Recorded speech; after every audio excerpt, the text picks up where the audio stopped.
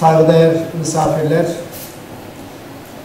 hepiniz İnsan Hakları Haftası dolayısıyla 150. yılda Çerkezlerin durumuna ilişkin gerçekleşen bu toplantıya hoş geldiniz diyorum.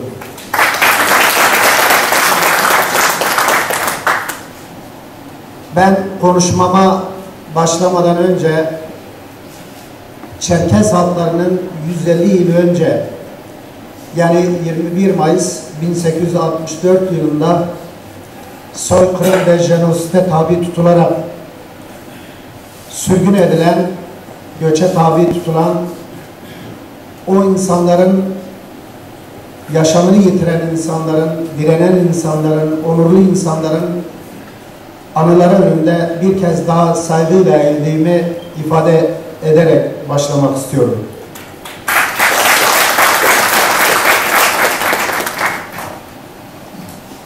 Engin hocam ve diğer hocam gerçekten çok içten konuştular. Kendileri Çerkez halklarının bir parçası, Çerkez oldukları için özellikle Engin hocam çok daha çarpıcı, çok daha içten, çok daha duygulu, çok daha samimi bir konuşma yaptı. Kendilerini bir kez daha buradan yürekten kutladığımı ifade etmek istiyorum.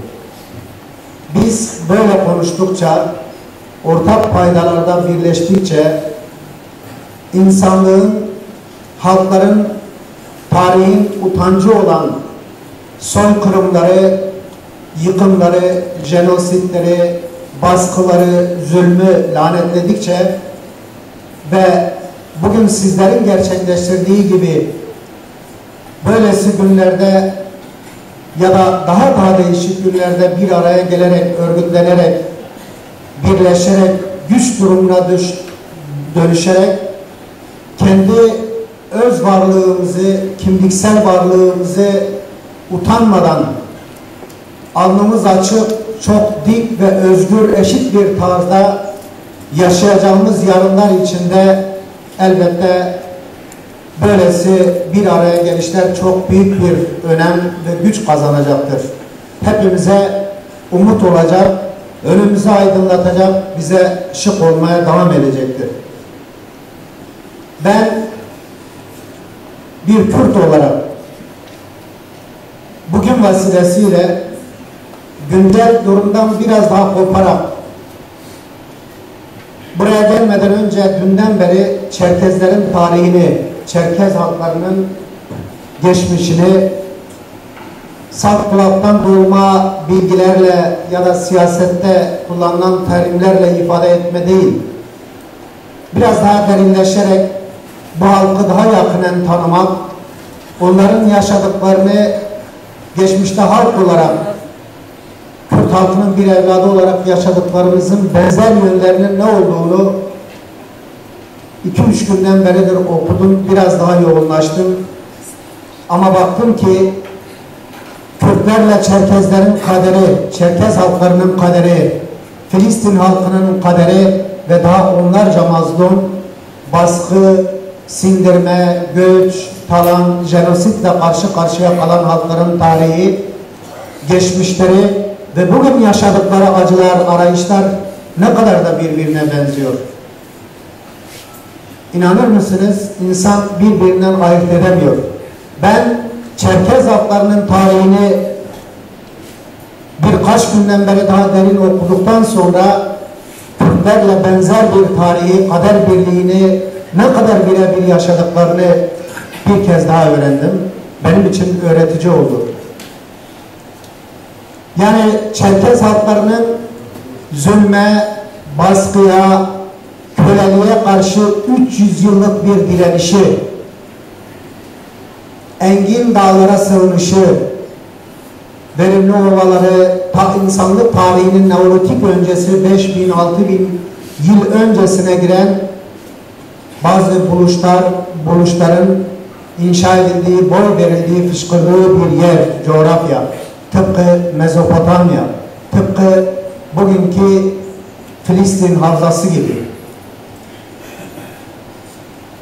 Bu güçlü direniş, 300 yıllık direniş, onurlu direniş, Çerkez halklarının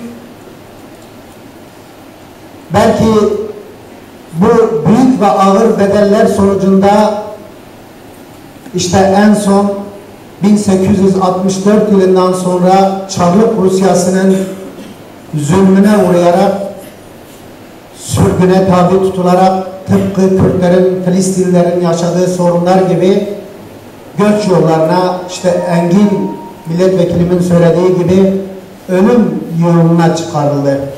Yani bundan 150 bin yıl öncesine. Ama bu tarih, bu onurlu direniş, bu var olma mücadelesi, bu insanlık değerlerini taşıyan yürekler yok edildi mi?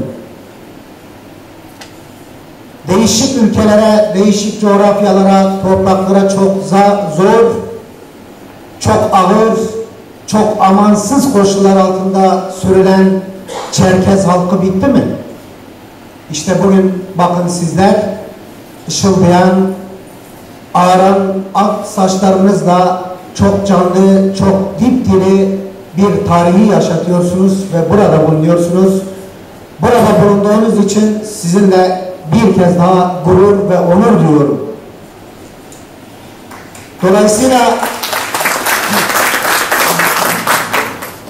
Dolayısıyla bu okumalarımın içerisinde bir tarihi gerçekliği daha öğrendim.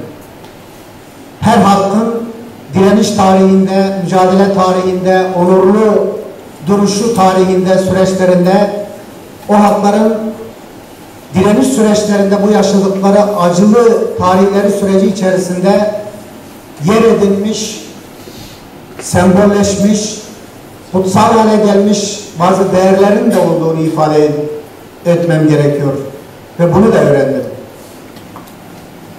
Çerkez halkları Rusya'dan, Çarlık Rusyası baskısı altından Osmanlı İmparatorluğu ile yapılan anlaşmalar sonucunda buraya sürüldüklerinde Karadeniz kıyılarında gemilere 40 kişinin, 80 kişinin binebileceği bir gemiye bugün göçmenlerin yaşadığı trajik durum gibi 300-400 tane Çerkez halkı doldurularak, üst üste bindirilerek gemilere yüklenip öyle yolculuğa çıkarılıyor. Salt biraz daha para, biraz daha ücret fazla alsınlar diye ve hasta olanların hastalıkla yakalanan bu yolculuk içerisinde insanların denize atıldığını, gemilerin battığını ve çok trajik sahnelerin ortaya çıktığı tarih sayfalarında bu yazılıdır. İşte böylesine amansız yolculuklar sonucunda bugün devam ediyor musunuz ya da buna bağlı mısınız? Yaşlı amcalar, dayılar daha iyi bilir. İnanıyorum ki devam ettiriyorsunuz. Çerkez halklarının balık yememesinin nedeni neymiş biliyor musunuz? İşte o batan gemiler sonucunda ya da hastalananların denize, suya, balıklara yem edildiği için yem edilme vesilesiyle atılan ve balıklara yem olan o insanları balık yediklerinde bu insanları kendi soydaşlarının, kendi halkının etlerini, bedenlerini yiyeceklerinden dolayı balık yemiyorlarmış Çerkez halkları. Ne kadar kutsal, ne kadar insanı derinden sarsan bir durum değil mi? İşte sizler atalarınızın geçmişte yaşayan bu acı anılarını, bu vahşete karşı nasıl bir değer, bir kutsallaşma olayını gerçekleştirdiğini yüreklerinizde, beyinlerinizde yaşattığımız oranda ve diğer konuşmacı arkadaşlarım da ifade ettiği gibi özellikle Engin milletvekilimin örgütlü olduğunuz, bir arada bulunduğunuz, ortak mücadele paydalarında birleştiğiniz oranda siz bu kutsal değerleri sonsuza kadar yaşatacak ve geleceği hep birlikte inşa etmenin, özgürce inşa etmenin, eşitçe inşa etmenin günlerini daha güzel, daha onurlu, daha başı dik, daha yan yana kardeşçe yaşamanın ortak değerlerini ifade edeceğiz. Arkadaşlar, dolayısıyla bugün vesilesiyle güncel olarak da gelecek açısından da aslında birbirimize ifade edeceğimiz, birbirimize söyleyeceğimiz çok farklı şeylerimiz olmayacak. Tek bir noktada ki bunlar ifade edildi, bizler örgütlü olduğumuz oranda, birleştiğimiz oranda, kendimizi güç haline getirdiğimiz oranda ve bunun stratejisini, bunun tercihlerini doğru yaptığımız oranda kendimizi bu biçimde yenilmez kılacak ve geleceğimizi hep birlikte inşa etmenin yolunda daha hızla ama onurluca ama şevkle çalışmaya devam edeceğiz. Ben bu temenninin ötesinde çok farklı bir şey söylemeyeceğim.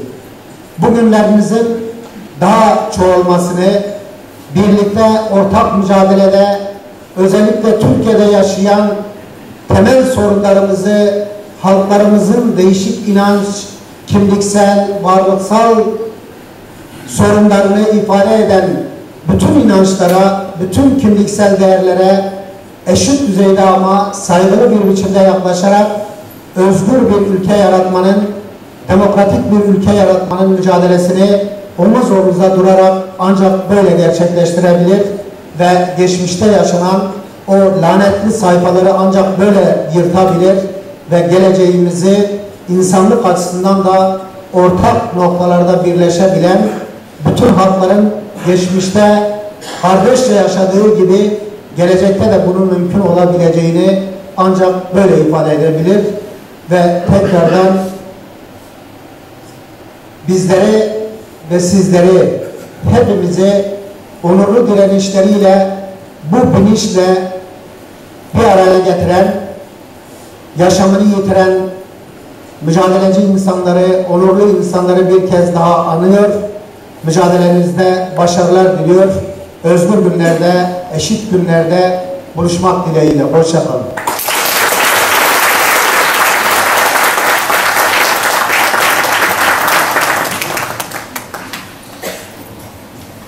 Sayın Vekilimiz Kemal Aktaş Bey'e de çok teşekkür ediyoruz. Sayın Vekillerimizin konuşmaları böylece tamamlanmış oldu. Milliyetçi Hareket Partisi Milletvekilimiz Reşat Doğru Bey de son anda gerçekleşen mazeretler nedeniyle buraya katılamadıklarını ilettiler. Ben kendilerine de huzurunuzda teşekkür ediyorum.